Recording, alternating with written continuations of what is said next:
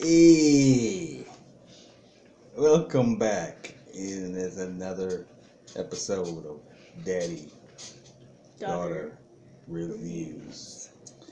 So, happy Thanksgiving, everybody. It's Thursday, Thanksgiving. Everybody's probably passed out sleep by now from a bunch of eating, unless you're staying up watching football or something. Yeah, I mean, you about to pass out after this? Yes. Oh, I doubt it. She's gonna be up all night. No, Doesn't have school tomorrow. I'm gonna go watch Punisher on Netflix. So I'll probably be able to do a review for that somewhere down the line. I'm not gonna binge it though, because I don't really binge stuff a lot like that. So, which by the way, we will have a Stranger Things. Speaking of Netflix, Stranger Things review coming up for season 2. And I can review this Cabernet. It's delicious. And what else? Something else I was talking about.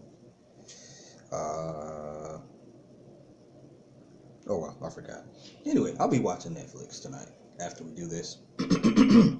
So today we're gonna talk about a movie that we saw last Sunday. Was it? Yeah, this past Sunday, and it debuted Friday or Thursday nights. Really, a week ago today, honestly. And that is Justice League. You know, come on now. We were supposed to do it yesterday. It's gonna be a lot of superhero geeky type reviews coming from this duo right here. Cause we've been down with this thing since like 2000.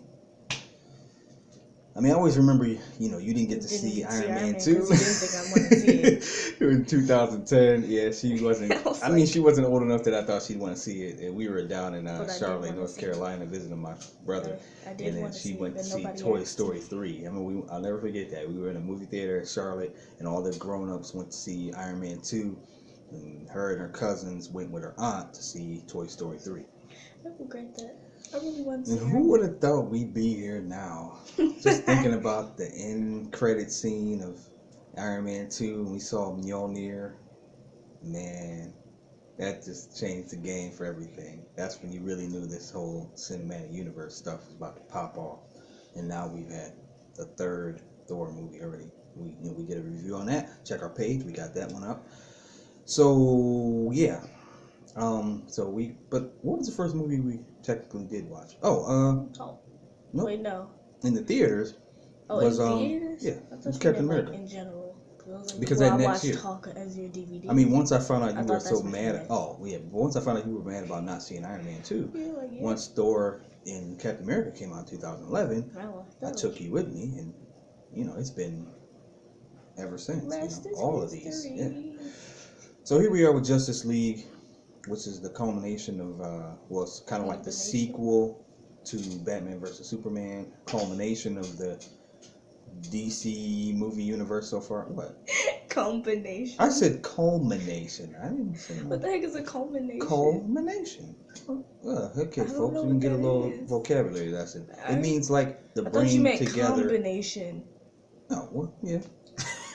That's not what I meant. Heard of a culmination. Yeah, culmination. Culmination. It means the coming together. It's like the build-up climax. There you go. Okay. It's like, in other words, a bunch of parts that came together to like create all one thing. The movies leading up to Avengers. Yeah. Okay. Yep. So, that's what this was. So we had finally getting to see all those heroes together. So first of all, we're just going to basically say, let's start by just talking about what we thought of the storyline.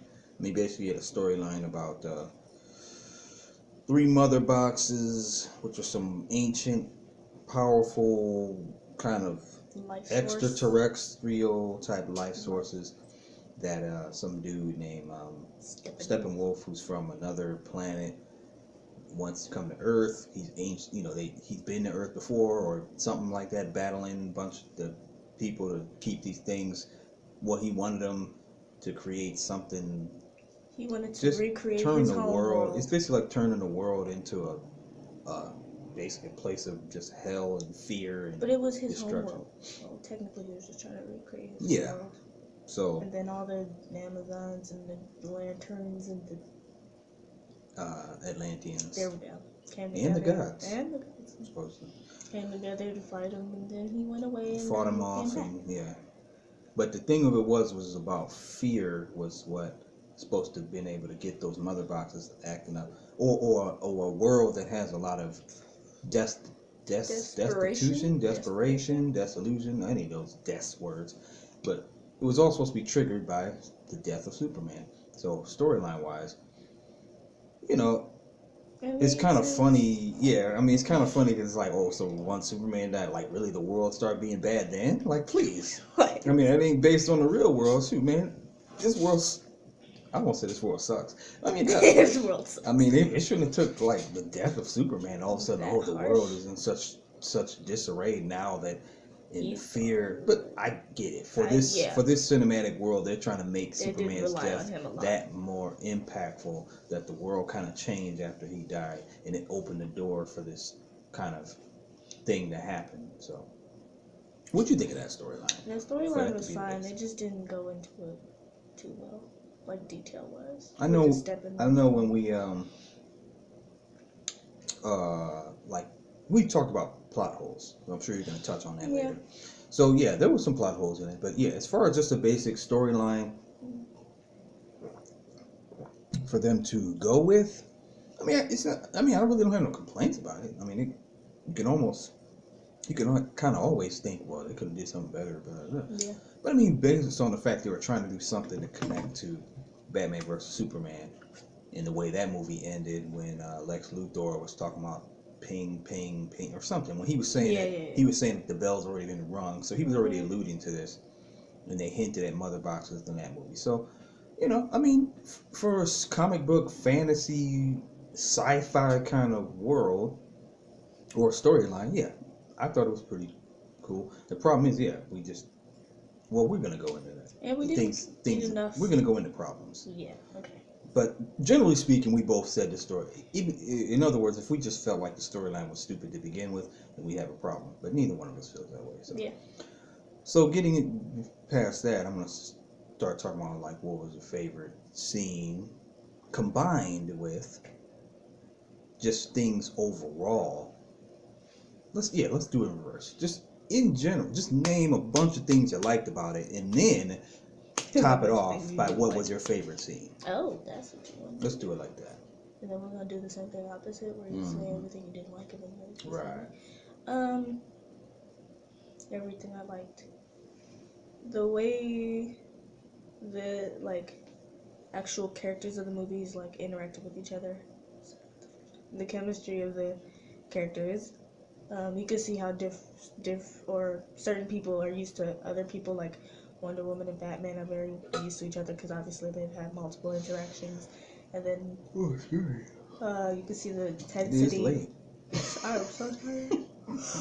4 times actually. And then you can see the intensity between Aquaman and Batman, Aquaman and Batman when they first met. And he was very blatantly not wanting to be part of the team. You just speak it up.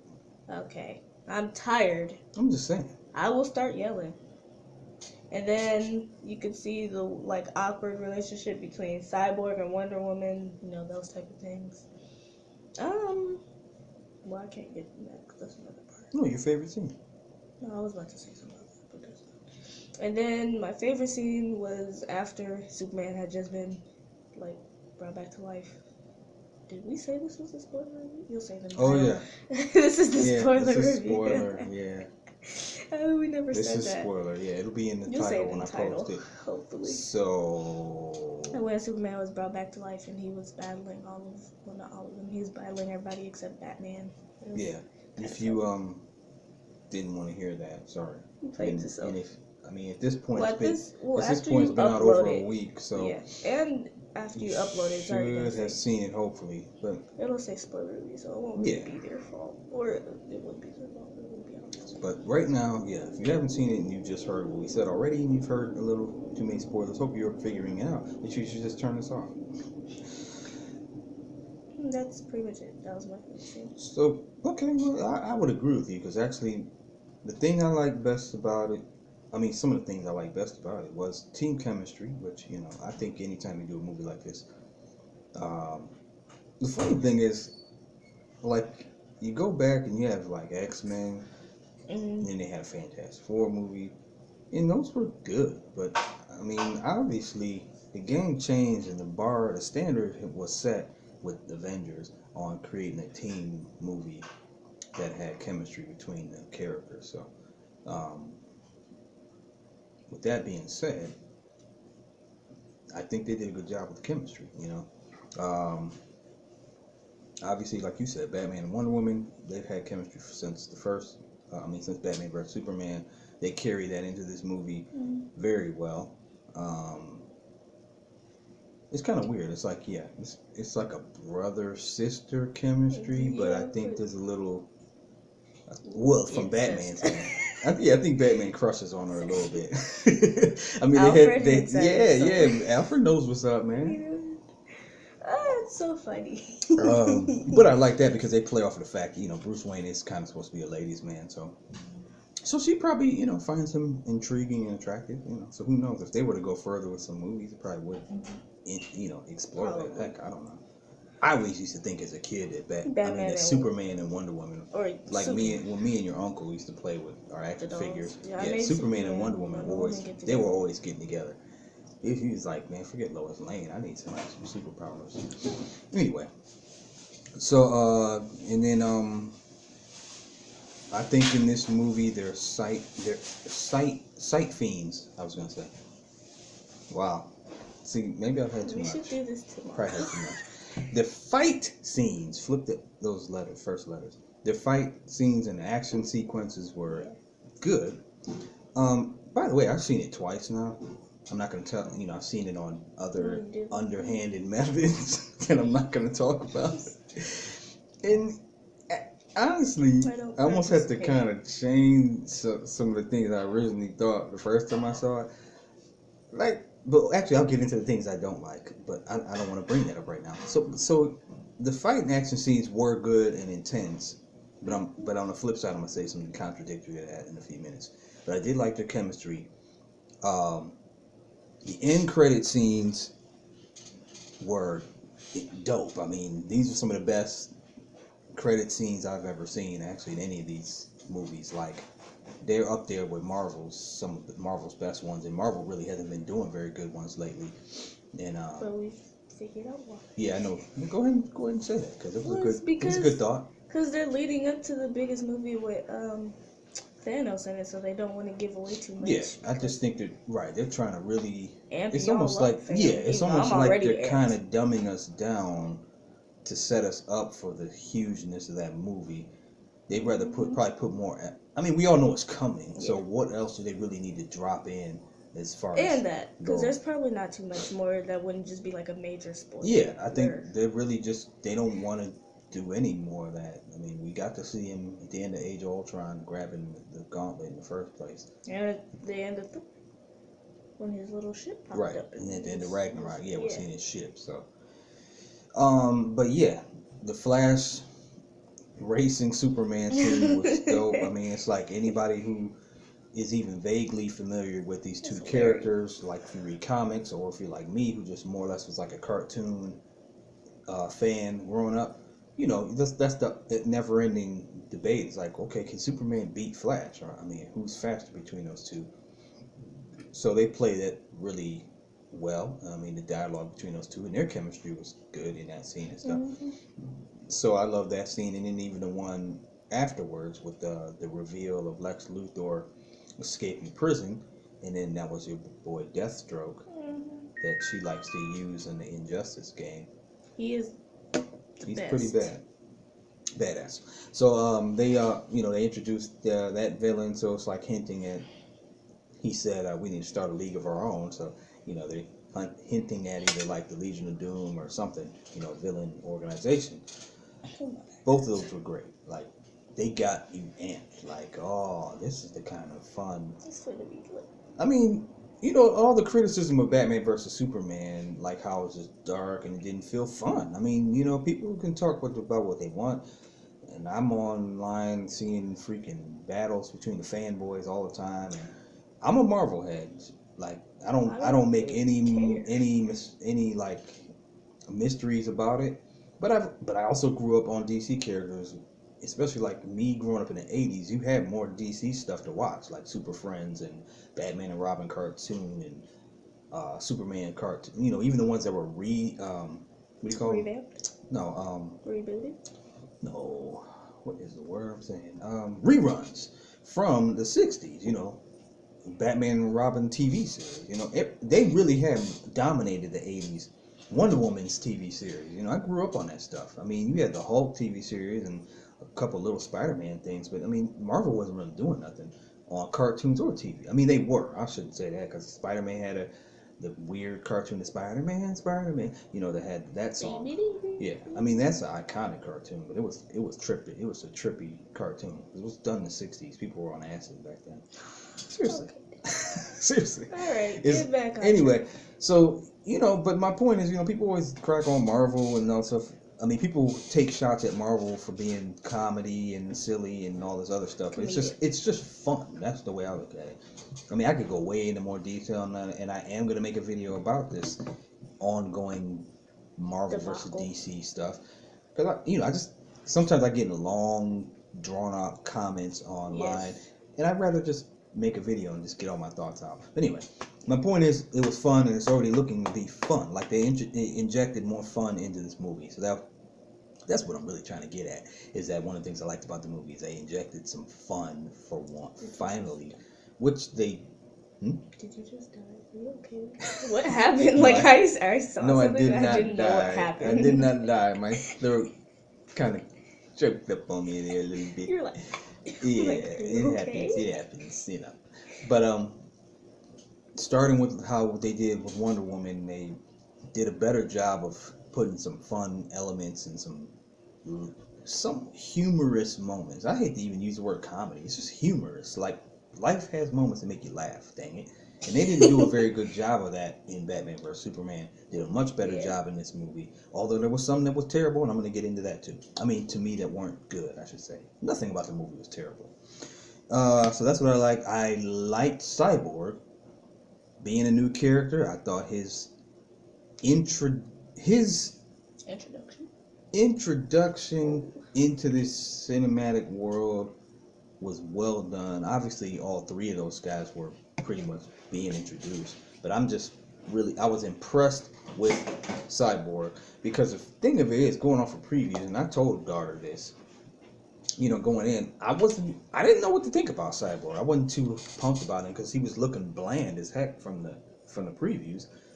Whereas obviously everybody knew Aquaman was looking all badass from everything, you know. I mean, he's like, oh, he's gonna be the fun character. He's gonna steal the show type thing.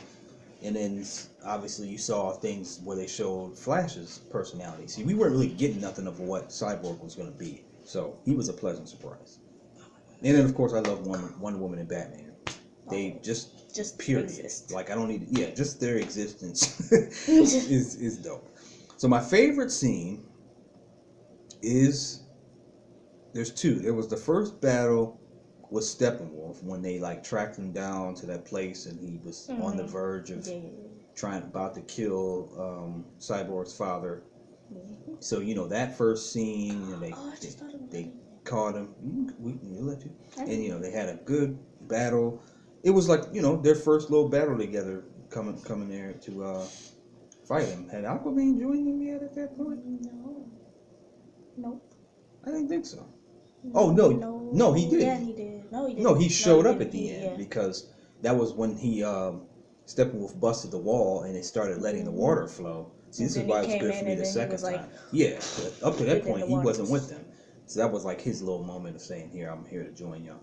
But yeah, up to that point, you know, they had to, that was just a good scene. It was a good first battle. It kind of was pretty intense. It got again, Wonder Woman scenes are always dope. I noticed she does some good action. And, but probably even more so than that, favorite scene was Superman when he's resurrected and he starts out like not recognizing these. Well, it's not that he's not recognizing. He don't even know nobody. He didn't know anybody standing in front of him except Wonder Woman. But he was identifying them as a danger, as a threat.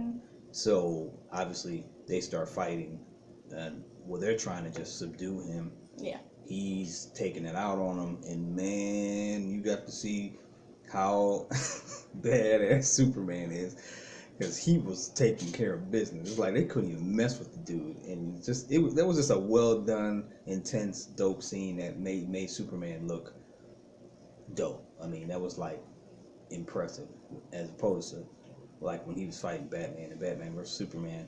I mean, obviously Batman was using kryptonite, but I mean, in my opinion, Batman won that fight. But yeah, so it showed what he could do. I mean, him and the things I liked about it was like the kind of close competition in two ways. One was that Wonder Woman, she actually showed she's like close to Superman in power and strength. I mean, they were headbutting each other, and then one of my favorite parts of that sequence was when the Flash comes running in, and he's running, and you see Superman turn his head, and he actually catches his eye, and like Flash is sitting there like, whoa, this dude actually can see me running. And then that part was, his reaction was hilarious. And then as he went to attack Flash, you're seeing him taking these swipes at Flash, but he's not quite hitting him. He's coming close. So it's just like dope to see these people's powers this close when it comes to that speed. So I just thought that was kind of brilliant for them to do that, because you got to kind of show the abilities of these heroes, and especially since you're just meeting Flash and these people. It was like a good way to show how well they compare to each other. So go ahead. The other scene I thought of was the Amazon fight at the beginning of the movie. I kind of forgot that existed. Oh, when he got the first, I forgot that. That was and I was good. it just popped in my head. I was like, that was actually a nice scene. Like all the battle sequences looked really. I mean, but see, that's what Zack Snyder does. I mean, he's the dude that directed 300, if I'm not mistaken. That's a good movie. I've never even seen it, but yeah, it just looks epic. He knows he has a good way with visuals. He does great visuals. He has like his own kind of technique or signature style with stuff like that. They always look epic and just dark and scene was nice. Reddish and all these other, kind of. He has something with his cinematography that always looks different. So there we go. Stuff I did not like. I'm gonna start off. I'm gonna try to make this quick. Yeah. I said I like Cyborg. You heard me say I love Wonder Woman and Batman. Aquaman. I mean, he was okay. He was a little disappointing, actually. From the way he looked in the preview, from the way he looked, you're right, underwhelming. You're right. From the way he came across in the previews, you would have thought he was gonna be like the breakout. I mean, he was cool. He makes me want to watch his movie, but he didn't actually turn out to be what I thought he was gonna be. Flash. I'm gonna be honest, man. The first half of, I'm not gonna say first half of the movie, but I mean the first half of his introduction was really like hit and miss. I mean, the scene when Bruce Wayne first visits him, or he discovers Bruce Wayne in his home or whatever, his little lab. I mean, some of that was good, some of it was terrible. It was like going from good. It was like how I feel about Rihanna's music or something. It was hit and miss. It was like, hate this, oh that's good. Hate this, oh I love that. Hate this, So, and honestly, I'm gonna just say, I think overall, especially seeing it twice now, something about the actor they hired, he was just kind of rubbing me the wrong way. So parts of that thing were good, him coming across all awkward and geeky and nerdy and stuff. And then other parts of it were annoying. Let's just put it like that. And my brother, who went to see it with us, Flash is his favorite superhero. And, I posted something on Facebook after we first saw it. And, I knew as a person going to see it, I'm sure for him, and he's not like all into this stuff like we are, but that's his favorite superhero, so I'm sure in his mind invested in what his portrayal was going to be like. And so I think he was kind of he mentioned even on my Facebook post that despite him being a little corny and annoying, he thought the movie was cool.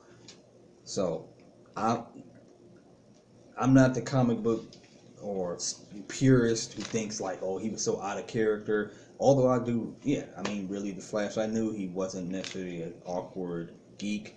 but he is kind of a wisecracker. So it's kind of like, to me, he would have been more like Tony Stark or something, based on cartoon and comic books that I'm familiar with, but just not like a flat out kind of awkward saying stuff at the wrong time kind of nerd that he was.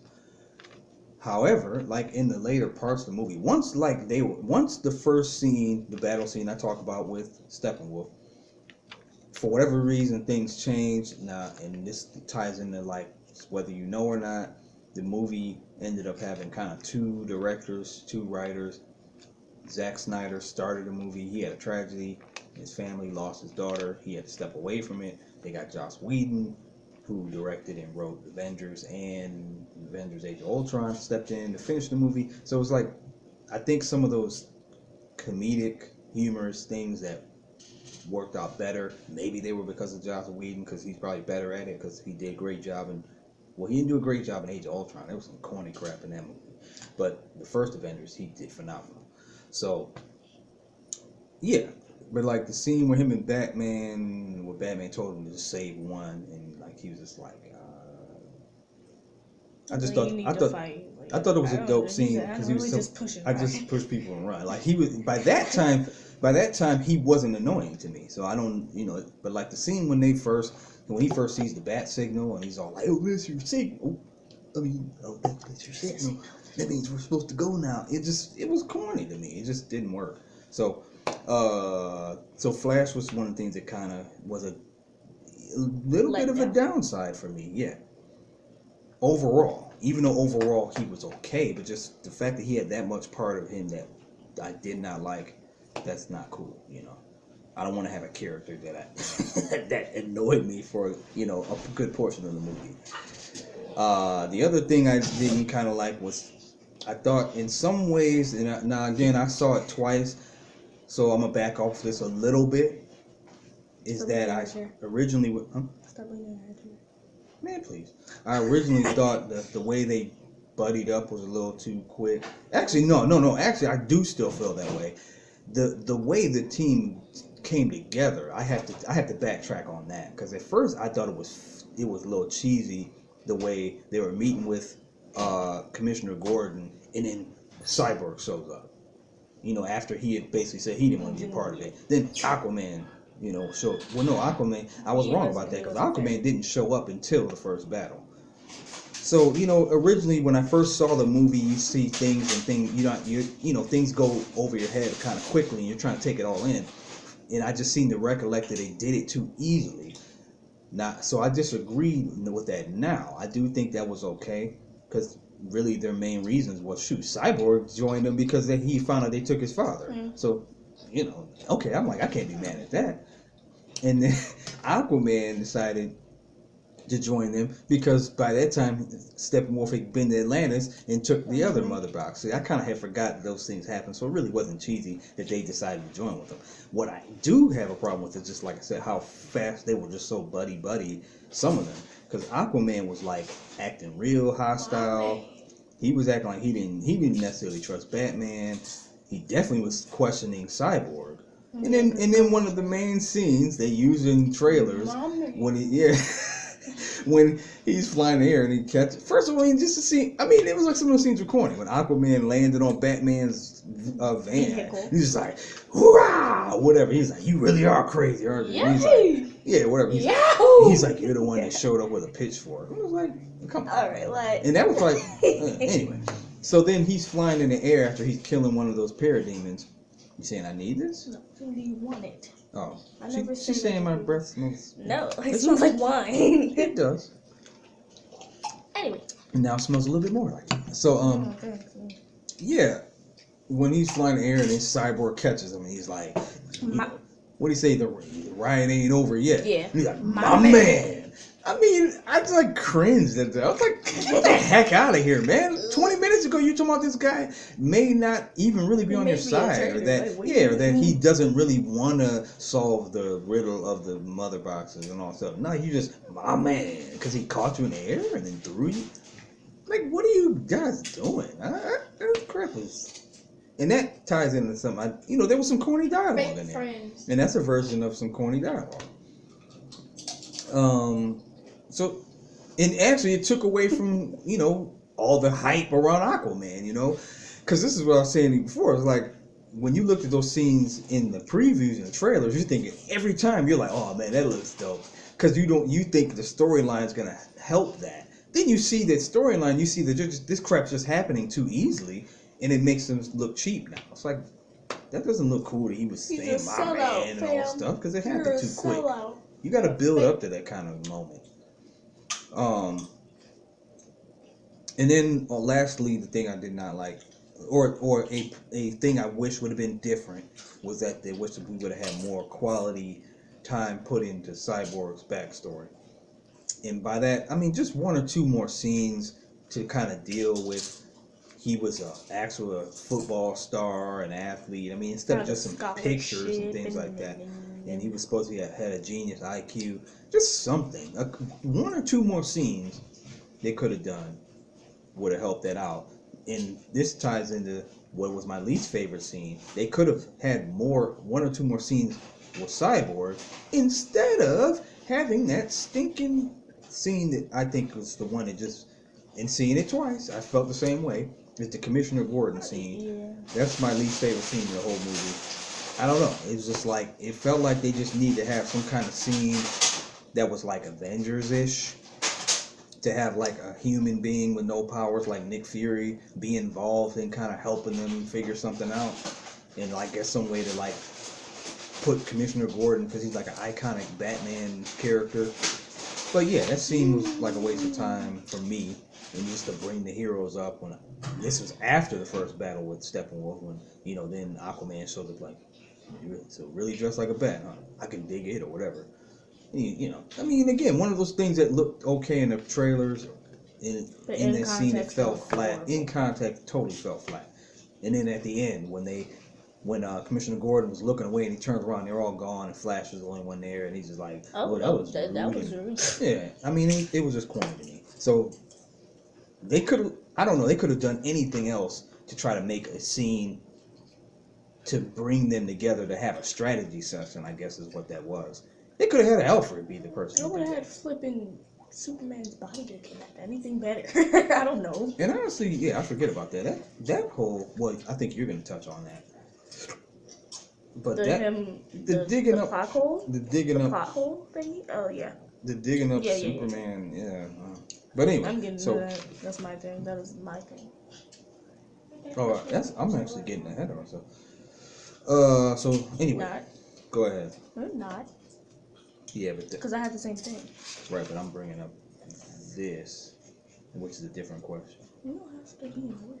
Oh, I know. I don't want to get to that yet. You took all of mine. You can move on. Oh, cool. So we agreed on that. Mm-hmm. Yeah, because I know we talked about Cyborg. Mm-hmm. Because he was kind of cool. You wish you had more of him, Yep. Because I think they did enough developing the Flash, and since he had a comedic character anyway, a lot of times you don't need to give those people, because you get Flash. You can pretty much figure out what Flash is all about. We're still trying to figure out what Cyborg was about. Yeah. And, which I'm kind of cool. Yeah. Maybe they're leaving for it. Not to mention Flash is supposed to have a solo movie anyway, whereas Cyborg, who knows if he's gonna get one. So they could have done more with him.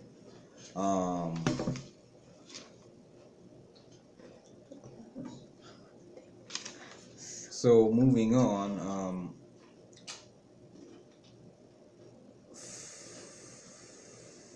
yeah, I need this. You were looking at the wrong thing. Yeah, I am. Looking at answers instead of questions.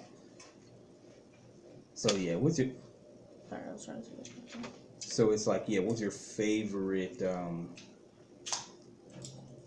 character? Basically, it's like your favorite character, and MVP. Or who you think was MVP of the movie, and or who stole the show. I mean, that could be the same person. It could be three different people. I'm saying 3 different. Or it could be 2, overlapping. Mm-hmm. You go first. Fave character was Cyborg. MVP I felt was Cyborg, because I said it before, he was very calculative. Calculating? Yeah, very calculating, and did a lot of the mental work and strategic work. And then stole the show. I don't even think there was anybody that stole the show. I can see that. It was pretty even. I don't know if it was pretty y'all even, feel like that, But I already felt like Superman was gonna come back, so you can't say Superman stole the show because True. Well, that's a plot hole I'm getting into later. We're getting into that plot hole later. Yeah, actually, that's a good point though. In a way, he did steal the show, but you're right. I mean, how can he steal? Yeah, not like majorly. It's like, compared he stole to the combat. Fact that I guess because they had kind of dulled us into not even really thinking about what Superman was going to do in this movie. In that sense, yeah, he came in there and stole the show. Yeah, but like other than that, there was nobody that really stole the show. But on the flip side, right, once he did what he did, it's like, yeah, I mean, what did you expect me to do? You know, whereas stealing the show should be somebody. Lois Lane stole the show, but he did. Lois? Lois. Person who steals the show should be somebody who shocked you in what they did, you know, that kind of thing. For me, my favorite character in MVP, I think, overlapped, and that's my man Batman. I mean, I just love Ben Affleck as Batman, and the more I think about it, he's nice. I don't understand why people don't. Yeah, and I mean, the days of Daredevil are long history. Which I don't even think he was a bad Daredevil. It was kind of a bad movie. That was just a bad movie. And I mean, and he has some cheesy moments playing though. But anyway, he's been fine as Batman. I think he was MVP because I liked his leadership. Like, we kind of saw his character develop from the movie, carrying over from Batman vs Superman. Like, he was really determined to kind of right the wrongs. You know, you could see that his guilt of not believing in Superman. We didn't kill him, but you know, killing Superman. You're saying in his mind, I guess. Yeah. But he probably is guilty about his death. Yeah, and the fact that he didn't believe in him in the first place and all that stuff. You know, he was my favorite character. I mean, Wonder Woman's close second. I was about to say something. I mean, but again, I keep trying to look past this, but I can tell this is going to be something. As long as she's making these movies, you know, they already got a sequel working on for 2019. I'm gonna just keep saying this. Gal Gadot, I like. I mean, she's beautiful. First of all, I mean, no question about that. I mean, I have lightweight, you know, fanboy crush on her, and she does her action sequences. Even seeing the second time, I watch her closely. Her action sequences are dope. I mean, her combat scenes are good. And then even like people were talking about her acting skills and how she didn't have a lot of dialogue. You know, now, I mean, in Batman vs Superman, you know, she's had her solo movie and this one. She's doing a lot of dialogue. I mean, she basically is really in that role now. Like, you're okay. But it's gonna be like how I felt about Hugh Jackman. I think, you know, and I'm one of the rare people that I never thought he was just the ultimate Wolverine. I always felt like they could have done better than him. Loved him, maybe, but I mean, I don't know. I didn't love him. He was okay. Is that she needs to bulk up a little bit. She needs to do something. She's skinny. I mean, it's like I don't know. I look more fit. It's like, just do something. Just something to add a little bit of muscle tone. And so it's kind of a contradictory thing, but go ahead. About the leadership thing you said about Batman, I just remembered the scene where Batman and Wonder Woman were talking about how they were going to get the team together when they were at the lake, whatever, and Cyborg was watching them, and then she was like, what did she say? She was like, I don't want to be a leader or something like that. Well, not verbatim, but she was like talking about she didn't want to lead people because it leads people into the wrong things or something like that. I just thought that was a cool scene because he's talking about how, like, he knows that leadership is hard, and then still went on to do it. And then she kind of did it in the next fight scene after that, which I don't remember. It was the third one? Second one? What? Against Steppenwolf? Oh, yeah, the final battle. Yeah, it was the third one. Yep. That's what I thought. But yeah, you could see how she kind of, like, took his advice to heart and stepped up. She realized that she had, like, a role to play. Yeah, he's basically saying, like, you are on his level, Superman's level. Like, get up you got more power than really any of us. Why aren't you leading? But anyway. So that worked. Who stole the show? No one plays.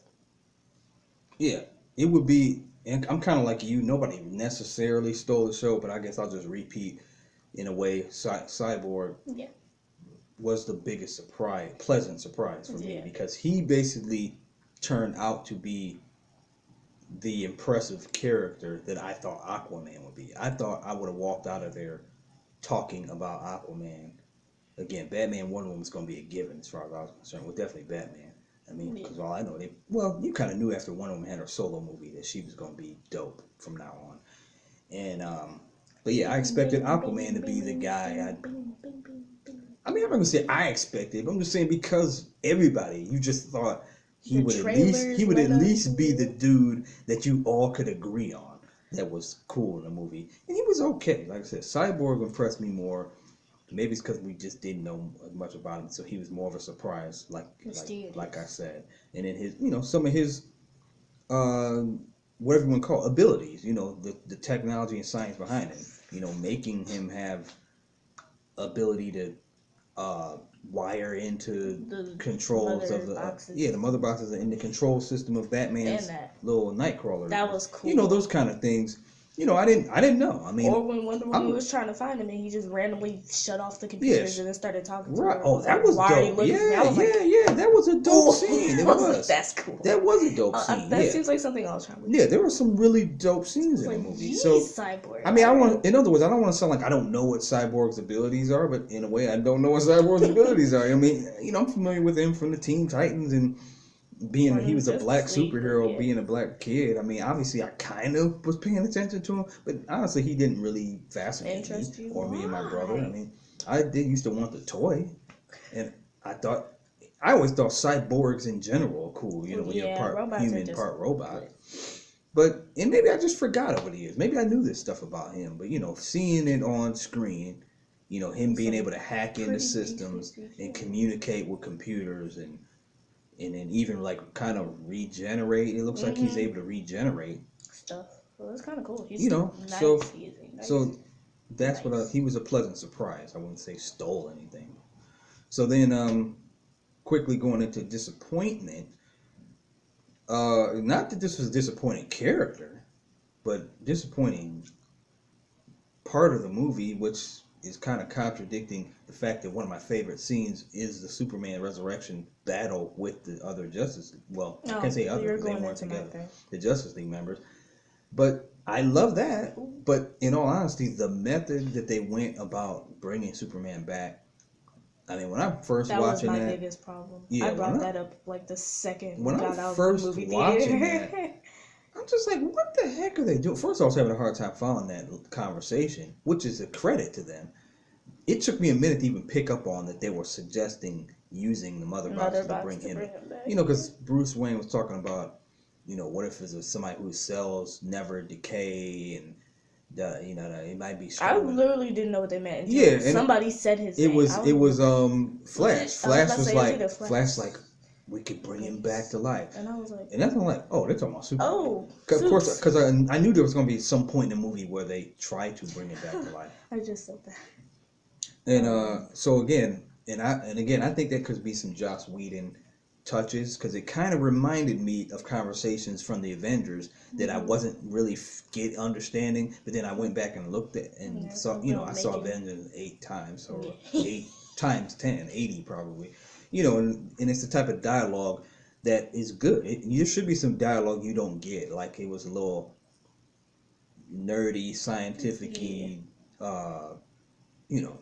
Anyway, but once I saw what they were trying to do, like when they went and dug this dude up out of his grave. You're getting into my point. Yeah, I'll let you speak more on that. But just that method of going about doing that, and I was already thinking, like, what the heck are they doing when they went back to the dang Kryptonian shit, putting him in the dang liquid again, like they did with Zod, where he turned into...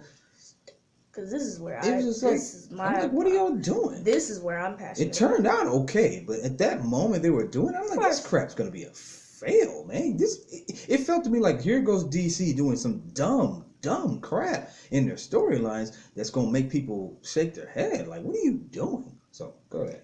First thing was, when they went to go dig him up, I didn't even think he was going to be in his grave. Because... we're going to get real deep in this. back at the end of Batman versus Superman, Lewis threw some dirt on Lewis is a man's name. His lady threw some dirt onto his grave after he died, and then if you paid attention, the dirt moved on his grave. It shook, it like rose. So I was like, oh, okay, so they're hinting at him not being dead. Then in this movie, his body is laying in his casket perfectly dead, and they need to perform some ritual to revive him.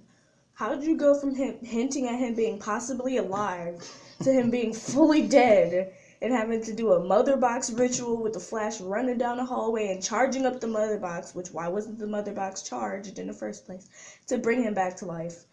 And that's another thing. Why was the mother box even decharged? Because the other two weren't. No, you know what? Again, was it because Cyborg did something? Seeing it the second time. Cyborg had in that little box. Yeah. Well, seeing it the second time, that little hole got filled in for me. Remember, there were 3 of them, and they said, the one was in Atlantis, the one was with them, and those are 2 we got. Yeah, it hadn't been discovered yet. So it hadn't. Remember, he had never gotten to that thing yet. No, but they seemed alive before he got there. Yeah, the other one, right? The other Atlantis one was all. I see what you're saying. They all started. It wasn't to like activate unanimated before he got there. Well, for whatever reason, that one hadn't started activating yet. So anyway, you're right. They do need to explain. They still could have did something better than just being as simple as him laying in his casket, ready to be revived when he shouldn't have needed to be revived. It's like they threw away that whole plot of him being possibly alive, and I don't.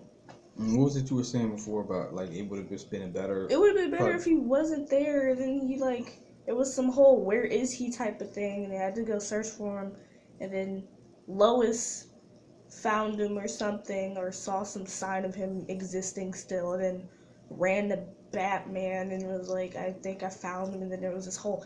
But they probably just ran out of time. I mean, they could have still played something out where he was not in his right mind. This is where they could have put Dark Superman. Yeah, the black suit thing that it was apparently hinted at. Again, I think they shot some stuff like that, honestly. And then they had to take it out. I think they just ran out of time. I'm guaranteeing there's some footage they had. They had to scrap and change directions. I would go get the Blu-ray DVD because they probably have this stuff on there. Yeah, there's probably some stuff, but there's some stuff I think we'll never know because it was literally a change because I think they thought some of the stuff was too dark and depressing. And that probably was. They probably just had a dark. Yeah, exactly. They're like, being reactionary, we gotta lighten things up. But then, avoiding the whole trying to be dark thing, they just made it completely plot hole filled.